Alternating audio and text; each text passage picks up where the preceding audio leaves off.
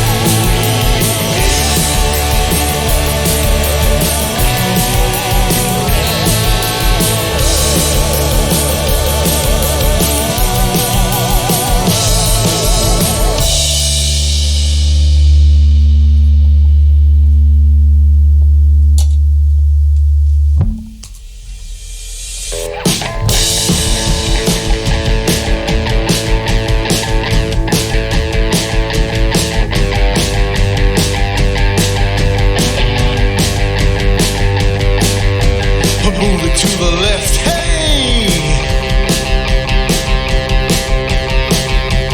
Move it to the right, hole.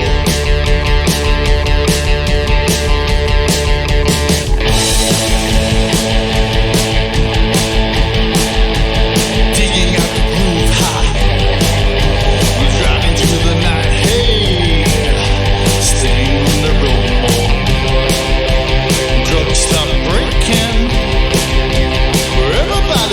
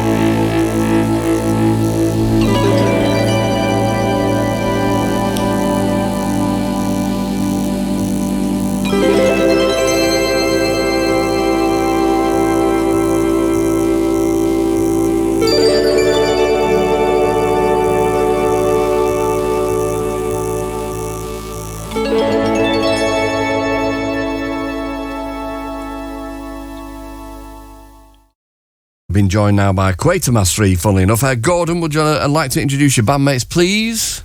I certainly can, yeah. On drums in the booth, we have Richie. On bass guitar, we have Ben. Do you want the surnames? No, the best not, Interpol and all that. Yeah, okay. Benjamin on the bass guitar. And they've got Andy on the keyboards. Hello. And the vocals. And Neil on the vocals. Evening. And kazoo, but he's not brought it with him. Oh, how could you forget kazoo? You just stick it in your pocket forever, don't you? Oh, man. Oh, no. I was thinking of pulling the session now. I was looking forward to the kazoo. All right, and so Quatermass 3, what are you going to do for us now? We're going to do a song called Room at the Top. Know it well. Get to it. Thank you.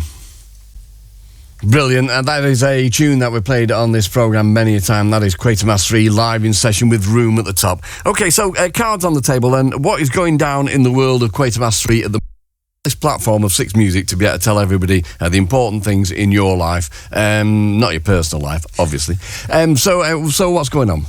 Well, we got a massive tour of 2 dates. Wow, world tour. Well, world tour of 3 dates, which started on last Friday, and then we've got next Friday we're playing in Manchester at Gulliver's, which should be good with Nico Birtwistle, who is the daughter of Stella of Interstellar, and Spencer. Of course, previous of The Fall. Previous of The Fall and Interstellar, and Will the Twist, not stable mates, but, just pals. Yeah, from the same DNA pool, most definitely. Exactly. So we got Nico on, she's supporting us, and it should be a good night. Hopefully. And what's the other gig? And the other gig is on Newcastle on Saturday the 17th, yeah. Right, okay. At the Lubber Fiend, and we're supported by Quarterlight. So you got Quatermass 3 and Quarterlight. Wow, okay. A lot of cues. And I love a man in uniform, obviously, and you've made the effort tonight, which I always like to see. So there is definitely a sci-fi. I mean, the name lends itself originally anyway, Quatermass, obviously, but there's definitely a kind of sci-fi and space thing going on here. So what triggered that off? Whose inspiration was that? I'm going to hand you over to Neil Williams, our vocalist. Right, go on, Neil. Okay, so Quatermass kind of we were desperate to call ourselves Quatermass at one point, but there was a prog band called Quatermass, so we thought we'll call ourselves Quatermass 2, but they broke up and reformed as Quatermass 2, so inevitably we became Quatermass 3, and I think it just summed up the ethos of our band. We can reflect that kind of 70s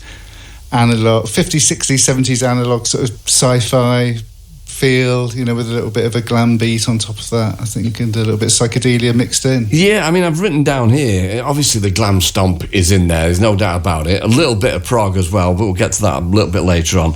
But also, I was going to say glam meets Delia Derbyshire, but then, do you know what struck me while you were playing? A little bit of Chicory Tip as well. And oh, God, yeah. Giorgio Moroder. Please. So they were the band, again, they didn't take themselves too seriously. And the singer used to wear that crab on his head, didn't he? Which doesn't sound like the immediate... Yeah, he didn't wear it on his head when they did Son of My Father on the top of the... I think somebody sort of gave them an image after the event. Right. So, was it Paul Hewson? No, that's Bono, isn't it? Oh, is it? I don't know. What's Bono's real name? I don't know. I wouldn't know. Well, he shares it with the singer from Chicory Tip. Anyway, the surname. Right. Well, when he says he shares it, can only one of them use it on any given day? Yeah, Bono gets it mostly.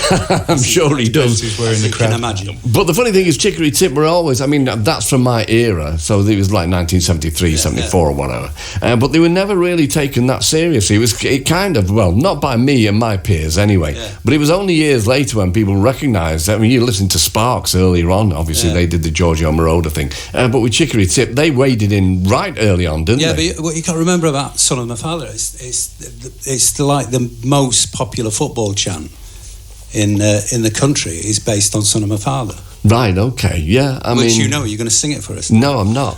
And but obviously they disappeared after a while, and so Giorgio Moroder made his way in the world and obviously made a massive impression. So you've got a little bit of prog in there as well. We were talking about this before, Gordon. So there was at one point in time where there was supposed to be a band being formed with myself, Mark Radcliffe, you, and Nick, bless him, Nick Sanderson, called Willow Farm, which was a Genesis tribute band, but we never made it, did we? Someone who's going to be Margaret Rutherford. That's right.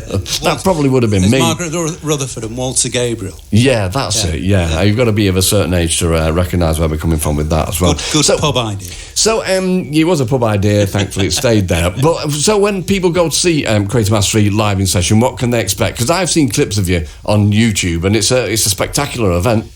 Yeah, I mean, it's quite visual. I mean, not as visual as we'd like it to be. And it's a great shame because since I was performing sort of with All Brutus sort of 10, 15 years ago, we could use loads of smoke bombs and things like that. And you can't use those in small clubs anymore. So it's a shame, or else it would be a big pyrotechnic extravaganza. But we sort of try and make up for it. I'm sure you do. I mean, it does strike me that you never learn, because I was at the show where, was it the Astoria in London, where World of Twist had the volcano, the smoking volcano, the legendary ill-fated volcano. Yeah, they never made it in the building. Never made it in the building. You mean, that is a schoolboy error, is it not? Yeah.